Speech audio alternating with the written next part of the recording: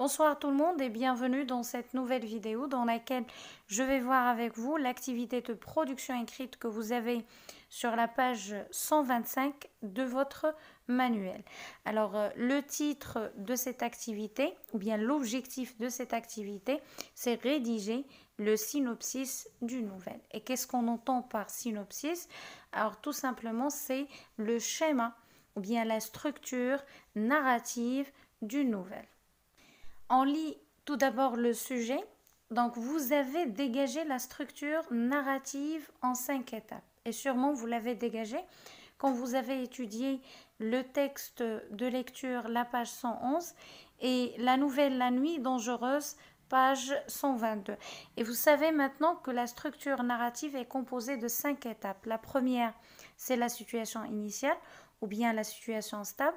La deuxième étape, c'est l'événement inattendu ou bien l'élément perturbateur.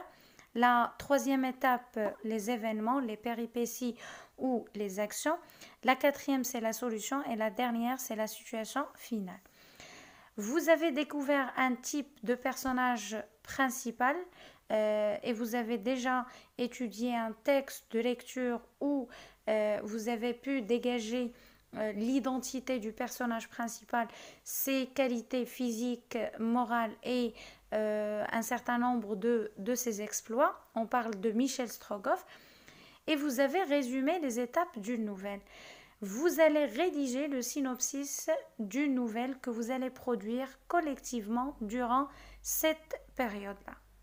Donc voilà, dans un premier temps, on vous rappelle les ressources nécessaires à la réalisation de la tâche demandée. Et la tâche demandée, c'est le fait de rédiger la structure narrative d'une nouvelle que vous allez produire par la suite. Alors on commence par les consignes qu'on a sur le manuel. Et on commence par la première consigne. Je vais participer à la rédaction du synopsis de la nouvelle que nous allons produire collectivement. Je rappelle la structure narrative en 5 étapes. Je viens de le faire, mais je vais reprendre la structure narrative. On sait déjà que la structure narrative d'une nouvelle est composée de 5 étapes. La première étape, c'est la situation initiale ou bien la situation stable. La deuxième est appelée l'événement inattendu ou bien l'élément perturbateur ou tout simplement la perturbation. La troisième étape, c'est les péripéties, les événements ou bien les actions. La quatrième, c'est la solution et la dernière, c'est la situation finale. Pour les circonstances de l'histoire, donc je vais me contenter de vous donner et de vous expliquer un exemple de synopsis élaboré par mes élèves. Donc mes élèves ont choisi comme lieu à cette histoire-là ou bien à cette nouvelle la maison, le foyer et le temps c'est le soir. Je choisis un personnage principal et des personnages secondaires. Donc, on a comme personnage principal un jeune appelé Danny et les personnages secondaires. Donc, nous avons la silhouette, une silhouette et la maman. Et voilà le synopsis proposé par mes élèves. Donc, pour la situation stable, on doit normalement présenter le lieu, le moment, les personnages ou tout simplement le personnage principal et citer quelques expressions qui renvoient au calme. Alors, je vous lis le résumé de cette première étape. C'était un soir du mois de février. Danny était tout seul à la maison en train de regarder paisiblement son film préféré, Annabelle. Alors, tout d'abord, on a précisé le moment. C'était un soir du mois de février. Le personnage principal, c'est Danny. Il était tout seul à la maison, donc on a indiqué le lieu, en train de regarder paisiblement son film préféré, Annabelle. Annabelle, c'est un film d'horreur, mais c'est le genre de film que Danny préfère. Donc il le regardait paisiblement ou bien calmement, tranquillement, et c'est le mot qui renvoie au calme. Donc paisiblement, c'est le mot qui marque la stabilité au niveau de cette première étape. On passe à la deuxième étape. et c'est l'événement imprévu, inattendu, qui va changer le cours de l'histoire.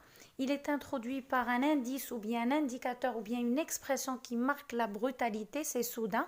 Soudain, Danny aperçut un spectre dans le couloir. Aperçut un spectre ou bien une silhouette ou bien une ombre dans le couloir. Et comme vous pouvez le remarquer, on a respecté le temps verbal qui correspond à chaque étape. Donc au niveau de la situation initiale, on a utilisé l'imparfait et au niveau de l'événement inattendu ou bien de la perturbation, on a utilisé le passé simple. Le verbe apercevoir, il est conjugué au passé simple. Et on passe aux actions maintenant. Donc nous avons comme première action, Danny prit courage, se dressa et sortit de sa chambre pour aller voir qui c'était. Une deuxième action qui annonce une situation de crise, Danny, ou bien le personnage principal, entendit des bruits étranges en bas.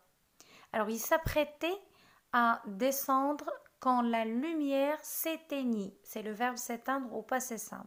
Bien sûr, une grande peur va envahir Danny, ce qui va causer la dernière action. Donc Danny perdit, le verbe perdre au passé simple, perdit conscience ou bien perdit connaissance. Et l'élément qui va mettre fin à cette perturbation, c'est le lever du jour. Donc la solution, Danny se réveilla en sursaut sous les caresses de sa mère ou bien sous les paroles rassurantes de sa mère. Et vers la fin, il va se rendre compte que ce n'était qu'un affreux cauchemar.